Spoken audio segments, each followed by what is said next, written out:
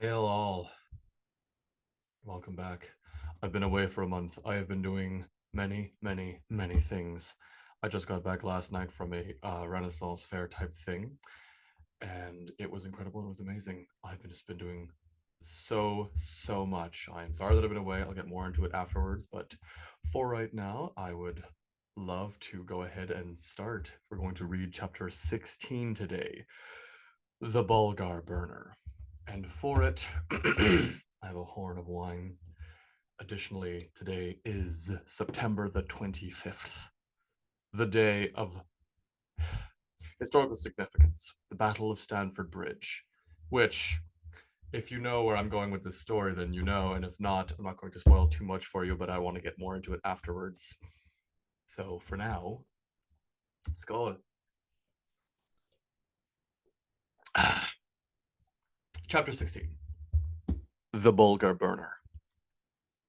Fitbjorn walked with the procession of Varangian through the streets of Miklagard. They came back to the city after months away as conquering warriors who'd destroy the Bulgars and burn down their towns. The legends being told of them were of Michael and Harold sweeping through the land like a wind and laying waste to the rebel forces. Some also told that it was the emperor himself who blinded and cut the nose from the rebel king. In the grand and victorious return, the people all gathered in their love and appreciation for their beloved emperor and the powerful savage commander of the northerner forces. Flower petals fell and bells rang around as they walked past cheering crowds. Many of the Varangian carried with them open chests displaying treasure and had been given leave to throw it to the people as they so wished. The narrative being that these were loot from the Bulgar lands and taken from the rebels' purse. In reality, the treasures here distributed was mostly from the emperor's store, and well worth the expense to bolster the idea of a strong conquering emperor who sat the throne. The rebels had no great hoards of wealth, which some had suggested was why they'd rebelled in the first place. Whatever the reason, their rebellion had failed. Their king was executed and humiliated, and the forces who'd gone to carry out the will of the empire were lauded now as bold heroes. Fitzbjorn carried Fitzbjorn himself carried a small chest and scattered coins of good silver numisma among the throngs of people he walked by. He noted their distrust or hostility towards these Northmen was now nowhere to be seen as they clamored for the prizes he spread out. He saw an older man trying to gather a coin for himself, but couldn't seem to get any before they were each picked up or scattered away. The look of disappointment on his face was heartbreaking. Fitzbjorn walked past the man and held out a hand. The man put his own hands out in a cupped bowl, and Fitzbjorn dropped 24 coins into it. The look of astonished thanks on the man's face was well worth the sum. Already, after the invasion and destruction of their done, the people were calling Harold the Bulgar Burner, yet another title added to his fame. He even rode at the emperor's side in the triumph on their return, though the emperor rode sicklier than ever. All the Varangian worried for Michael the Paphlagonian. They hadn't known him at the beginning, but they knew Harold. Harold had invited the emperor into the fire circles to talk with the Varangian, and when first they saw him, each thought that what he'd want was for them to bow, a task none among these northerners were keen on performing, though they would if propriety demanded it of them. They were learning the ways of these empires. What the Emperor and Harold had wanted in truth was actually but to integrate and mingle with the warriors, and for this they had accepted him among them with little coaxing needed. Michael also brought with him a whole army of the Roman Empire, but he always held that it was he and Harold who worked in tireless tandem to overthrow the rebel forces. And now, they were all back. It seemed like the Emperor might topple from his horse, dead at any moment. His eyes were sunken and bloodshot. His skin seemed to hang loose from his frame, and he nodded to one side. All who'd come to know the Emperor, which were many among the Varangian, now watched with trepidation, hoping he remained on his horse until the palace. By the gods, he looks frail. Canopus? Asked Niels. Or the long sail? The long sail will be harder packed than Bodil's food bag, Ragnar said, being ever the most generous with the distribution of coin. You're a food bag. They all laughed at this together. Wait, isn't everyone a bag for food? Olaf asked. Aye, they are, but Bodil especially. Shut up! She thought a moment. I'm glad you came with us to the Bulgolander. He smiled. As am I, lassie. Finally, they watched the Emperor Michael IV pass through the gates and doors and enter into the palace proper. The adoration of the crowd was a welcome show of love, but they were glad to reach the hold and deposit their loads of treasure. What loot they had actually been able to take from the peasants in the rebel lands, they here put in the storerooms quickly and left to be released to the city. They were all together. All of Fitbjorn's friends come back safe and honored after the warring done there. For this he was grateful and ready to toast the gods for their favor, if any they'd shown. There you are, you drunken horse, Harold said, hobbling over to them as they walked into the palace courtyard grounds. He had elected to remain behind to give himself more time to heal, and the decision had been incredibly difficult. Harold! Olaf called and went to embrace him. How fares the leg? I hope that limp isn't too bad. Nothing a lot of whoring hasn't helped me to forget. Olaf shook his bald head. Guardsman of the city, he said dismissively. Oh, aren't you one of that rank too anymore, brother? Me? Can't you tell? Look at this robe. I took it off of a Bulgar. Lord of some kind. I'm a raider now, Harold. I think you will return too when you've healed. Harold then breathed in through his nose and pursed his lips. The others all gathered around in a vague circle within the courtyard and listened. I think it has come to as much healing as it ever will, Olaf. I may have to be limping on it the rest of my days.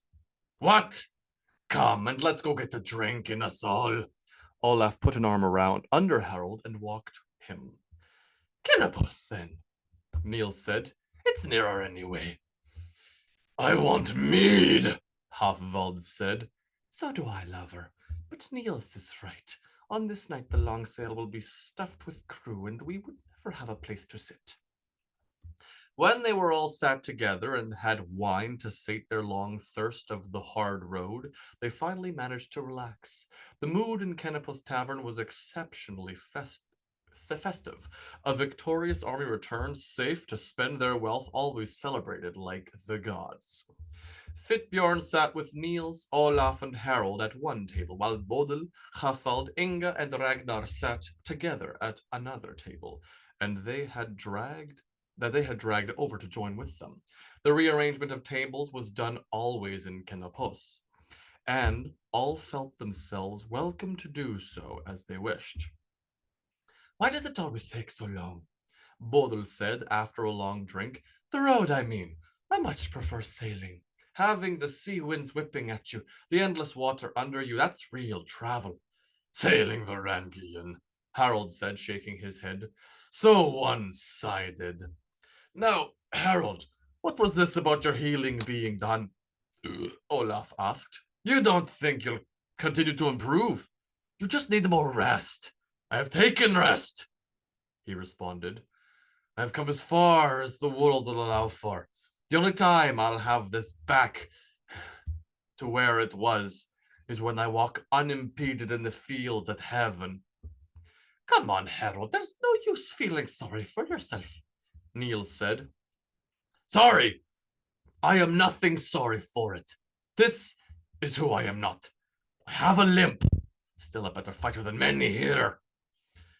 God's word, that's true, Hafvald said. This is still Harold's strong arm. Man hits like a damn crashing wave. They bashed their cups together to each other and drank. Does any here have the ear of the commander? Hafvald asked when they'd settled. I don't think any but a scout, Niels said, and perhaps the Emperor. Short list. Why? I just wonder how long you think he'd stay here. This place offers so much wealth to be taken. We fight constantly, but Harold won't stay here for all the rest of his days. I wish to know of his desires for fame, if it will match his continued wish to fight. Always the fight with you, Inga said, patting his shoulder. He smiled back at her. Not only. I do wonder, though. Who can say? The commander keeps his own counsel and knows his own mind. He will do what he feels is best for him. That is all he has ever done. All looked to Fitbjorn. And what would you do, Raider? Asked Ragnar. You seem to hate the man. Why do you follow him so? Fitbjorn drank from his horn. There is no better place to be in all of Midgard. My renown grows every day. I do follow him, though I cannot hide my hatred. I think I am fated to follow him until the moment of my destiny. I'm just here for the money, Bodil said. And? Ragnar asked. And what the money gets me? She dropped her hands to the plate on the table. At least I'm not giving it away like some fool. Charity is no fool's task, Ragnar countered assertively. I make my offerings unto the Lord and act his holy name. Charity is the way Christ taught. You know, he preached to sell all you own and distribute the money among the poor.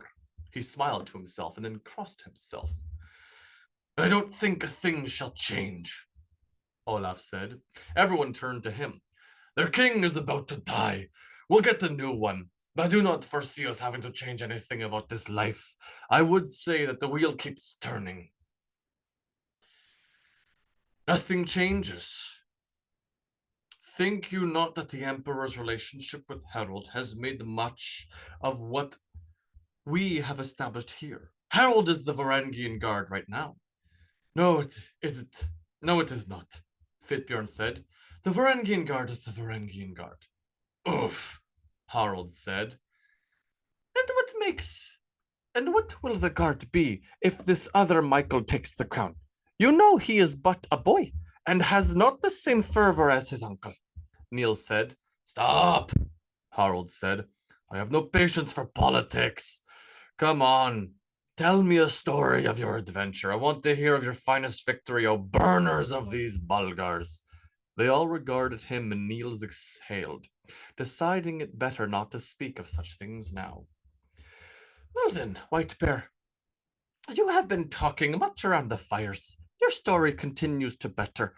Why don't you grace us with the retelling? Niels invited. Yes, tell us. Please speak not of Jotnar, though, Olaf said, stroking his beard. I didn't sleep well after that story. That was almost a year ago, Bodil said. No, he told that tale again. Here, he said, looking around.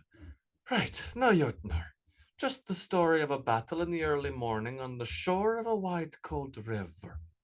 Oh, yes, this is a rough go for a battle, Hrothald said excitedly. This is mostly a story of you, Brynolf. That's why you like it. He sat back and straightened his spine. The effect of his shoulders broadening even more was effective in showing his size. The morning was covered in an awful veil of Niflheim, and we were marching already at the sight of a river. There we found a wide enough tract to keep our marching strongly wide enough. Then it was said by a scout that they'd seen enemy rebels up the rise to our right, and we climbed up to meet them. We had the Emperor and the commander with us, and didn't want the rebels to fall on us and take us by surprise, and so thought to meet them first. When we had come to a place where our line would be long enough to not be overtaken, and using the trees there were on the sides of the hills and started to press up slowly. Though I say climb, rise and hill, it was not so great a slope as you might think. We started to go our own way toward where the enemy camp would be and made a solid shield wall, 100 shields long. We soon found that we would not surprise them as we had hoped for we soon heard their wild yells as they charged at us. We were called to brace, and many held where we stood. But in the early morning, and with the fog, we could see no enemy, only hearing their cries of war. Someone yelled, Where are they? And another said, I hear them. But we could not see them. Olaf was visibly excited at the reliving the event, though he said nothing to interrupt. He only drank. I do not know if any truly knows who it was that first broke. Many of us at once, I think, but we were so impatient then that we broke from the ranks of the shield wall and charged forward. Halfald, of course, unable to stay himself, ran with them toward the enemy. We all followed him in a charge too. Quickly, it was evident that we were led into a trap. The rebel Bulgars knew they could not win us in a pitched battle alone, and so wanted us apart and scattered. They shot at us with arrows and emerged from the shadow of the fog to attack in quick strikes. But we are the Varangian Guard. I think it probably best happened that the army of the Romans were all of them scared shitless by the fight. But we held and howled battle fury for the fighting. 10 and 9 of their number came out warring their strange armor and shields and meant to overrun our shields, but were unable. These we cut down swiftly. It was then that Halfald put his shield to his back and proceeded with this new sword he has. It is greater than a long sword and just the weapon he should wield. I saw him cleave a man at the neck through his mail with one swing. Harold and Halfald punched each other's fists. This was the way of the fighting. The fog started to lift and show that the battle lines were all broken up for everyone. The Bulgars saw that their surprise was no longer with them, and many started to flee, but the larger part of the army stayed and tried to crush smaller groups of our force.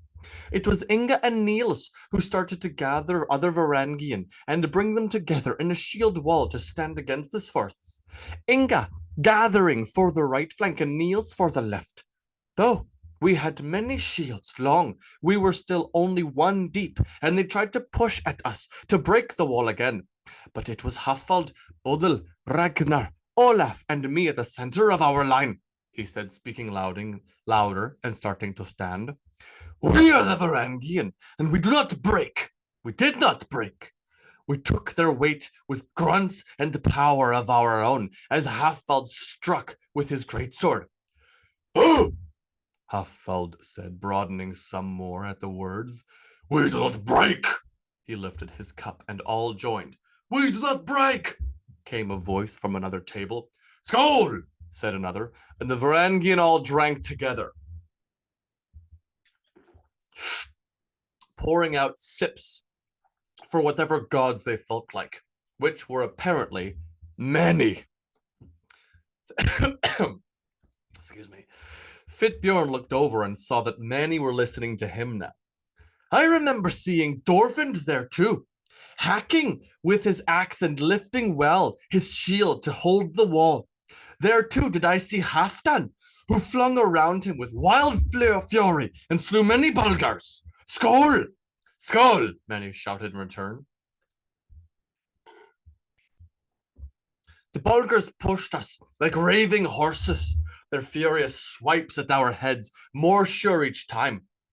I remember a spear stabbing forward and glancing off my helmet metal. I heard the ring as it slid and go past me. When I thought I would see the spear come back, it was stuck where it was. The man was struggling to get back control of the weapon when the haft was pulled up and he shrieked, for I think the action broke his wrist. Then that very spear was thrown from behind me and hit the man. It was the Storm Hunter turning their own weapons on themselves. We held them and fought hard and well for long. Their press did not break until the line behind us was enforced and Bodil and Niels came to close the trap. We destroyed many of the men, leaving only a few to return and tell of our slaughter. Those, though, as many know, to be blind, so their swords would never again be turned against the Empire. We sent them on their way, with some intact as guides to them. May the guidance be all well received. This garnered laughter among those listening. Now, that night, there was no great treasure had from the rebel camp. Instead, we ate. We ate much from the ration sacks. They had some supply hidden away for their campaigning, and we stole it all. But of the food that night, all I can say is that it was some grain I am not familiar with. Though it lacked flavor, it was hearty. That was the way of our going. We fought often, but not many large and pitched battles like that. I think it was that we surprised them as much did us as they did us on that foggy hill. Many times did we skirmish, as is the common road of war. Once, only once, he finally descended on their city at some place I'll never know the name of. Did they have to fight us all? Our fight there was heavy and swift. We set many fires to the wooden fortifications they'd made there. The fires burned everything in time, our commander himself setting these fires. It was him also that cut the nose from the rebel king and gouged out his eyes after too.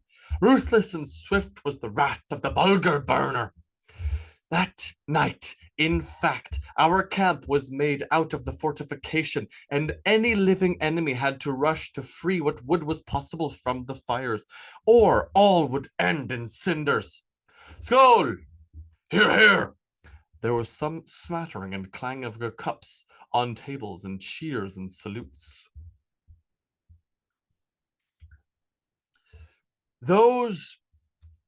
To those dead who now feast, Fitbjorn said in ending. Well, that sounds grand, Harold said. Such a thing, to have that all together. But you must know of what the mood in the city is. With this truce with the Circlander and the crushing of these rebels, and of course, all the raiding against the pirates you sailing Varangian have spent years hunting. It feels like a time of great peace shall stay on Miklagard. Peace and stableness, trade will open more to these eastern lands, through Jerusalem perhaps. As you went, these are good times. Perhaps we'll all be guards of the city and only send on the few missions out for raiding when the need calls. Truce with the Caliph, you mean? Asked Niels. What? Because we were allowed to go to there with some masons and rebuild a church? I think that does not make the tensions between the Christians and the Muslims done with. You do not think this is a good sign, all these things? Harold asked. I think I agree with him, Olaf said. Of course you do, Bodil said. Your friendship together is a love story for the ages. Olaf and Harold laughed together. Envy is a sin, Olaf replied. All you need do is ask.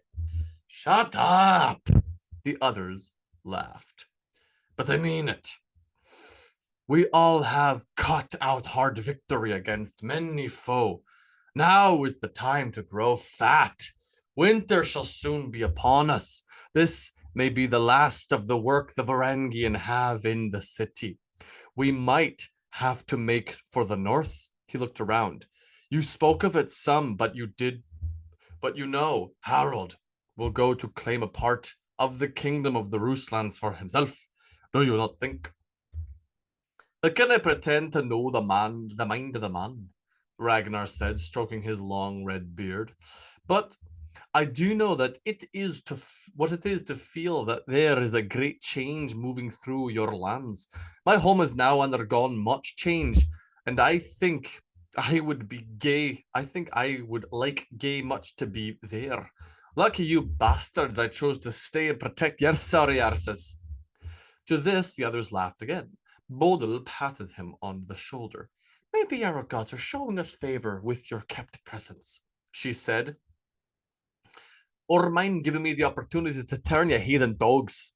Bodil sighed. You always ruin the moment. She shook her head. Oh, go on then. All right, I'm by the grace of some divine will to keep us all safe. Me too. How's that? Better. Now proclaim your vast admiration for my grace and beauty, she said smugly. There is something else I would know of the commander, Harold said then. Is it true he killed someone? A Varangian, I mean. I've heard rumors about this, but no one seems to know. Does any hear? You mean the man he had by him, Thorir Cutjaw? I have heard the story of the event. I was there, Inga said. That was an unexpected moment. I thought he might kill the man right there in the tavern. The others were shocked. Well, it's owned by us, so there would be little chance of it getting known. Besides, we would never let the public know about our doings. But did he kill him? One man told me he knew he could not have, while another told me he was certain he did. This is strange, is it not? It is most strange. One thing for sure is that the man is dead. I saw the body myself, Niels said. Where was he killed? Asked Bodil. Cut right through the neck, on the left side, right under his cut jaw. That's right where the commander said he would kill him, Inga said. He threatened to slash him if he ever failed. He called him weak and said that if he showed more weakness, he would have to kill him. I think he did it, Fitbjorn said. Perhaps they were arguing, as some say. Perhaps he did nothing, as others say. But you know that this is what he needs more than anything. He looked around at all who waited on what he meant. We, talking about it. The best thing for his army is if we believe he could do this. Think about how the army will all act. With the knowledge that he'll kill any one of us for weakness? Asked Harold. No, not so certain as that. The knowledge that he might, but the fear that we don't know. I think it is a strong place for him to be. He will be a hard ruler, if ever he is king. I'm sure he will be one day. The wealth he has here will propel him to those heights. That and the claim he has for the thrones. It is only time that needs to pass. It must be his destiny. Destiny is a thing for great men, Ragnar said. The best of us are simply content to lead a happy life, if God allows it. Everyone has a destiny, Bodil replied. Great king or humble warrior? Humble? He asked, looking at her. Is that what you call yourself? Hell no, she smiled. You, I think, would do well to hear some scripture, lassie. You talk too often and too brazenly. I think it may be one of the demons you should best. What? One of my demons? What does that mean? Everyone has demons to fight. Demons within them that are better to have vanquished. Spiritual purity is the reward for learning to overcome the self. Olaf nodded to the man. I don't fight demons. I fucking ride them! Everyone not a Christian laughed at this. Fucking ride them! I love that! Halfvald said. That is what Thor would do. Mightiest of the gods, Thor would ride the demons all while swinging his hammer wildly. Does anyone want another story? Asked Niels. No, not now, Fitbjorn said. You would say that. You have given your story already, Olaf said. Aye, but I think I would like a song more. Oh, yes, Inga said. I am near ready for bed. I would love a song. Come, you Dranger of the Varangian, sing me a song. I think it will be a boring night if is no songs to be had. The Varing's sharp sword lies clean and bright, Niels began. Prepared in foreign lands to fight, the others continued with them. Our ravens croak to have their fill. The wolves he howls from distant hill. Our brave men to Miklagard gone. Braver than they on earth there's none.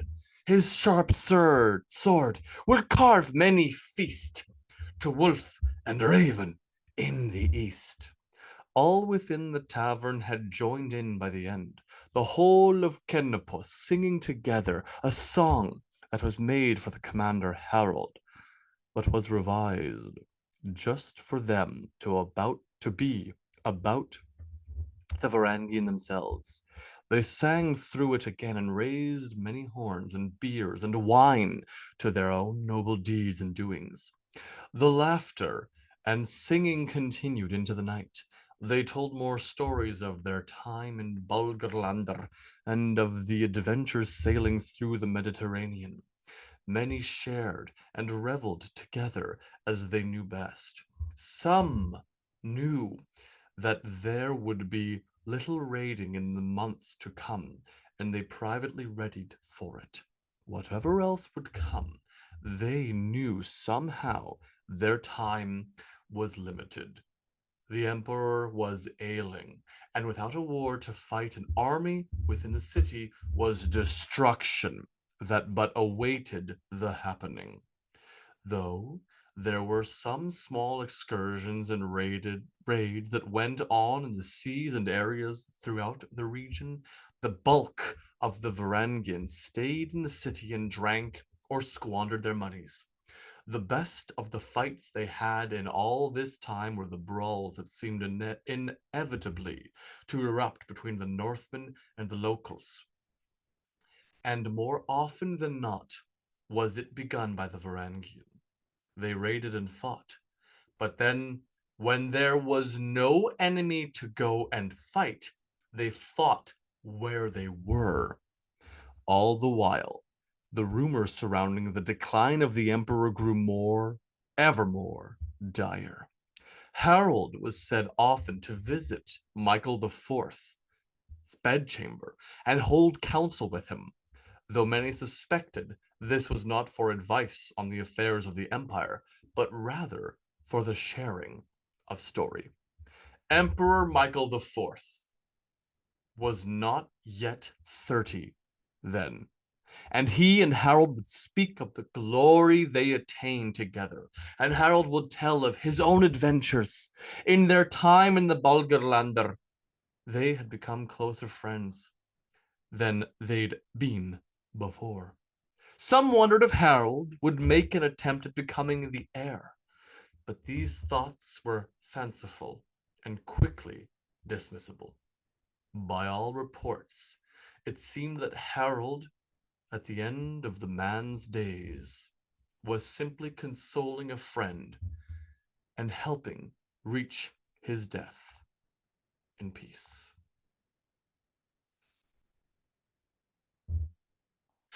End of chapter 16.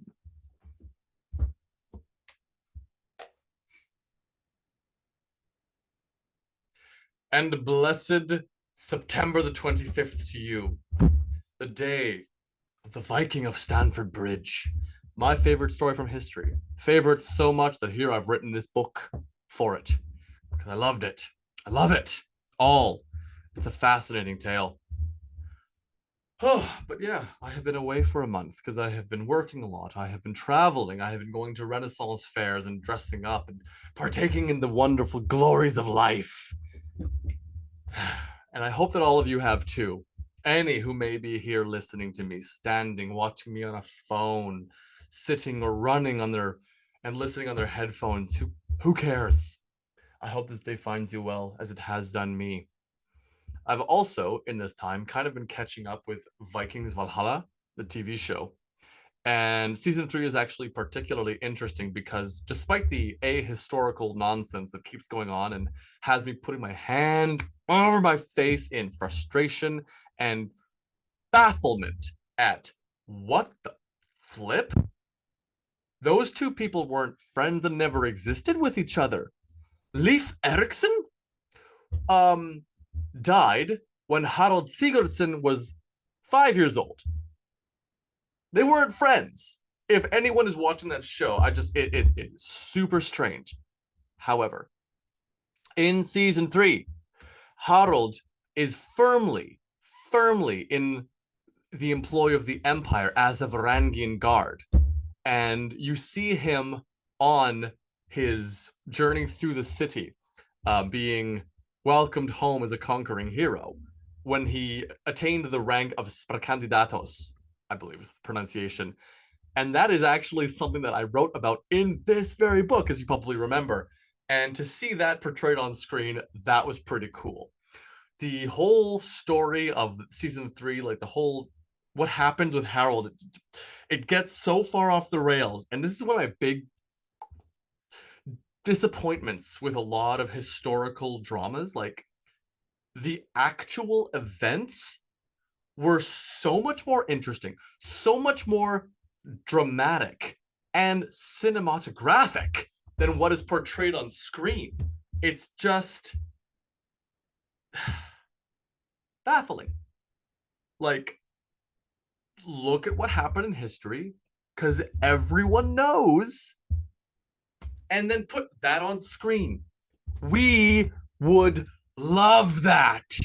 We would all collectively love that. Also, additionally, in today's age, the internet exists. I can't believe they continue to hire writers who don't seem to know that the internet exists.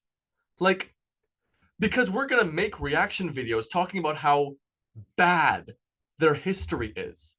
Anyone who has watched the show Barbarians, and I've probably brought this up before, it's on Netflix. It's called Barbarians or Barbaren. Did a lot of really cool things, like making the whole show in Latin and German. Great idea. But then they completely screwed up the events of the Battle of Teutoburger Wald, which, again, the real life event that happened was so much more interesting, so much more dramatic. In the show, you'd be, I mean, if you only watched the show and didn't know the history, you could be forgiven for thinking that the battle lasted 20 minutes, when in reality, it was a horrific 4-day slaughter, massacre of the Roman legions. The Romans, by some estimates, lost 20,000 men. I'm not mad. I'm okay. But what they did with Harold Sigurdsson, especially at the end of season 2, when he looks the guy in the eye and says, "I am not the Varangian," like, why would you make a character? Why would you make an actor playing Harold Sigurdsson say those words? Weirdest decision ever made. Ugh. But I hope you enjoyed chapter 16. I will be back much sooner. I took my month off and now I'm back. And thank you all for your patience, if any you had. And here, SKOL to you, all of you.